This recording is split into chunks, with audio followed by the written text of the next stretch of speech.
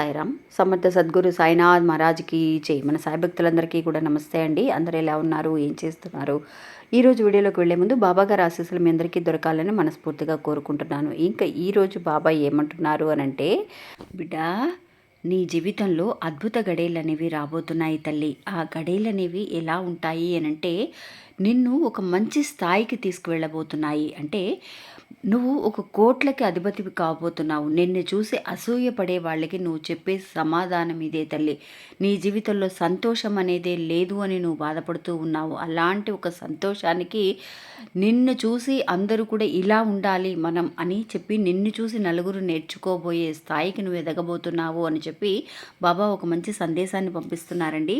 ఇంకా బాబా ఏం చెప్పబోతున్నారు అనే విషయాన్ని ఈరోజు వీడియోలో తెలుసుకుందాం. ఇంకా వీడియోలోకి వెళ్ళడానికి ముందుగా మన ఛానల్ని కొత్తగా చూసేవాళ్ళైతే కనుక సబ్స్క్రైబ్ చేసుకొని చూడండి. మీకు వీడియో నచ్చితే ఒక చిన్న లైక్ చేసి సపోర్ట్ చేయండి. మీ ఫ్రెండ్స్కి కూడా షేర్ చేయండి.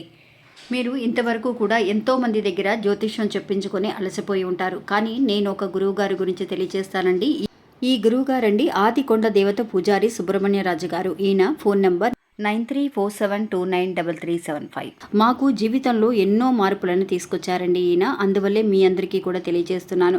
ఈ గురువు గారు చెప్పింది చెప్పినట్టుగా జరుగుతుందండి. అది కూడా కొన్ని రోజులలోనే. అంటే భార్యాభర్తల మధ్య గొడవలు, విదేశీ ప్రయాణం ఆలస్యం అవడం, ప్రేమ, పెళ్లి, సంతానం లేకపోవడం, కోర్టు సమస్యలు, గృహము మరియు కుటుంబ సమస్యలు, ధనం అనేది చేతిలో నిలబడకపోవడం, నమ్మిన వ్యక్తి మోసం చేయటం, స్త్రీలకు పురుషులకు సంబంధించిన గుప్త సమస్యలు ఎటువంటివైనా సరే కొద్ది రోజులలోనే పరిష్కరిస్తున్నారండి. అది కూడా ఒక ఫోన్ కాల్ ద్వారా.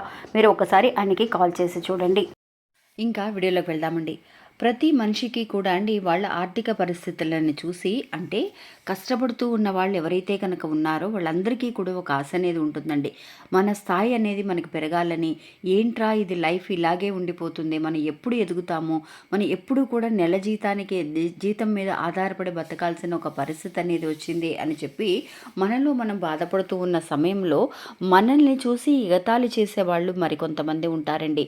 ఎప్పుడన్నా సరే బయట ఎవరైనా కనిపిస్తూ ఉంటే చూసి, మీ ఆయన ఉద్యోగం ఏంటమ్మా, ఏం చేస్తున్నారు అని అడిగారు అనుకోండి, మనం ఏదో చెప్తాము, ఇలా చేస్తున్నారండి, ఎంత సంపాదిస్తున్నారు, ఏంటి అన్ని వివరాలు అనేవి అడుగుతూ ఉంటారు. అడిగిన వాళ్ళు సరే సైలెంట్గా ఉంటారా?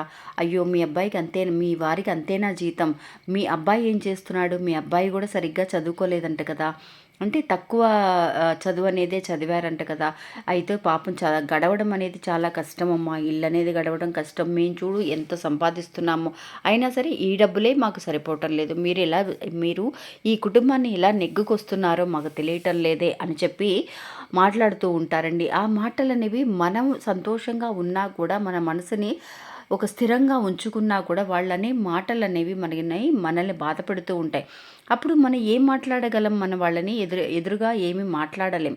అందువల్ల మనం చేయవలసింది ఏంటి అని అంటే, వాళ్ళతో కొంతమంది ఏంటనంటే వాళ్ళనే మాటలు మనకి బాధగా ఉండి వెంటనే ఏదో ఒకటి అనేస్తూ ఉంటాం. మీ పని ఏదో మీరు చూసుకొని వెళ్ళిపోండి, ఎప్పుడు ఏదో ఒకటి అంటూ ఉంటారు అని చెప్పేసి కోప్పడుతూ ఉంటాం. అలా కోప్పడడం వల్ల లేదంటే కనుక ఎదుటి వాళ్ళు ఏదో అంటున్నారు కదా అని మనం ఎప్పుడు కూడా ఒక విషయాన్ని మనం డిసైడ్ చేసుకోవాల్సిన అవసరం అనేదే లేదండి.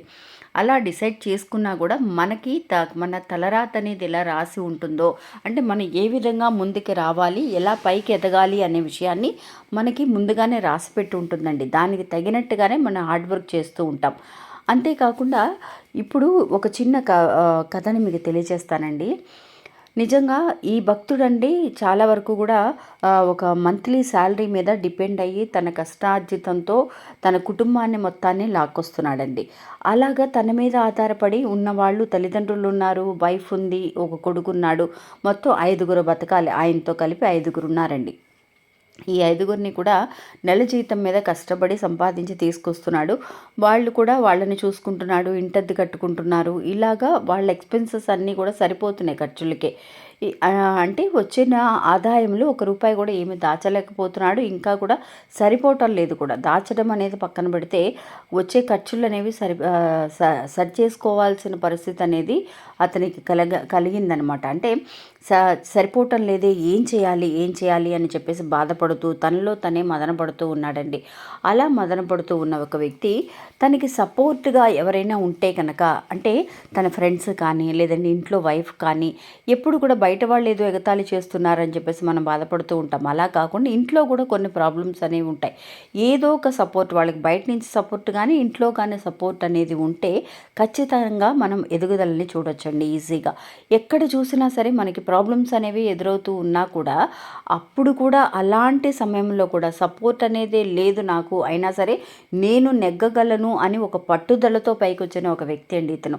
మనం ఒక్కొక్కసారి ఎదురు చూస్తూ ఉంటామండి, అయ్యో హస్బెండ్ సపోర్ట్ చేయలేదే, పిల్లలు ఇలా ఉన్నారే, బయట వాళ్ళు ఇలా ఉన్నారే, ఎవ్వరూ సపోర్ట్ లేదే, ఎలా రావాలి పైకి అని మనలో మనమే తపన పడిపోతూ ఉంటామండి. అలాంటి సమయంలో కూడా నిరాశ పడకుండా మనం మన కాళ్ళ మీద ఎలాగైనా సరే నిలబడాలి అని చెప్పి ఒక పట్టుదలతో మనం ముందుకు వెళ్ళాలండి. మన జీవితాన్ని మనమే చూసుకోవాలి, మనమే ముందుకు తీసుకువెళ్ళాలి, మన మీద మనకే నమ్మకం అనేది పెట్టుకోవాలి. అలాగే ఈ భక్తుడు కూడా అండి, తన ఎవరు సపోర్ట్, వాళ్ళ ఇంట్లో వాళ్ళు కొంచెం సపోర్ట్ చేసినా కూడా, ఏదైనా డబ్బులు సరిపోలేదు అని అన్నా కూడా అనేసరికి ఎవరో ఒకళ్ళు నిష్ఠూరంగా మాట్లాడుతూ ఉంటారు. అలా కాకుండా ఇతను చక్కగా అందరినీ కూడా బ్యాలెన్స్ చేసుకుంటూ తన జీవితంలో ఎవరైనా సరే ఏదైనా మాట్లాడినా కూడా పట్టించుకోకుండా అవన్నీ కూడా చాలా పాజిటివ్గా తీసుకునేవాడండి. ఎదుటి వాళ్ళు ఏదైనా అన్నారనుకోండి, ఓహో ఇంతకంటే బాగా మంచి జాబ్ చేయాలను, బాగా సంపాదించాలని వాళ్ళు మనల్ని మోటివేట్ చేస్తున్నారే కానీ మనల్ని ఎవరు కూడా నిరాశపరచడం లేదు అని ఒక పాజిటివ్గా తీసుకుంటూ వెళ్ళిపోతూ ఉండేవాడండి. అలాగా అతనికి ఒక బిజినెస్ చేయాలన్న ఆశ అనేది కూడా ఉంది. ఈ జాబ్ చేస్తున్నాడు, ఆ జాబ్లో నుంచి అతనికి ఏంటి అని అంటే ఒక బిజినెస్ చేస్తూ అతని కింద ఒక 4 5 అయినా సరే తను వర్క్ అనేది ఇవ్వాలి, పని చేసేంత స్టేజ్కి, అంటే శాలరీ ఇచ్చేంత స్టేజ్కి తను ఎదగాలి అన్న ఒక ఆశ అనేది తనకుంది. ఎప్పుడు కూడా అండి మన ఆలోచనలు మన ప్రవర్తనలు మాత్రమే మనల్ని ముందుకు తీసుకువెళతాయి. ఎవరో అనే మాటలు లేదంటే మన నిష్ఠూరంగా ఉండడము, నిరాశపడడం అవన్నీ కాదు. చక్కగా ఒక మోటివేషనల్ మనల్ని మనం మోటివేట్ చేసుకుంటూ ముందుకు వెళుతూ ఉంటే మన ప్రవర్తన మన ఆలోచనలను బట్టి మనం ముందుకు వెళతాం. అలాగే ఇతని ఆలోచనలు కూడా చాలా బాగున్నాయండి. అతని ఎదుగుదల అనేది ఎలా ఉంది అని అంటే, ఒక పెద్ద కోటేశ్వరుడు అండి అతను. నిజంగా అంత లాభాలని, అంత బిజినెస్లో అతను అలా వస్తాడన్న ఆలోచన అనేది ఎవ్వరికీ లేదండి. అంత స్ట్రాంగ్గా పైకి ఎదగగలిగాడనమాట. అదే బాబా మనకి ఈరోజు తెలియజేస్తున్నారు. నిన్ను చూసి ఎవరైతే కనుక ఏదో అన్నారని నిరాశపడుతూ నువ్వు చెప్పాల్సిన సమాధానం అనేది ఏమీ లేదు. ఆ సమాధానం అనేది ఎలా ఉండాలి అంటే, నువ్వు ఎదిగి చూపించు, నీ కాళ్ళ మీద నువ్వు ఎదిగి చూపించు. ఎవరి సపోర్ట్ కానీ ఎవరి సహాయం కానీ నీకు లేదని నువ్వు బాధపడకు, నీకు నేనున్నాను. ఆ బాబా సపోర్ట్ ఉంటే చాలండి. నమ్మకం అనేది, ఆ భగవంతుడి సపోర్ట్ అనేది మనకు ఉంటే చాలు.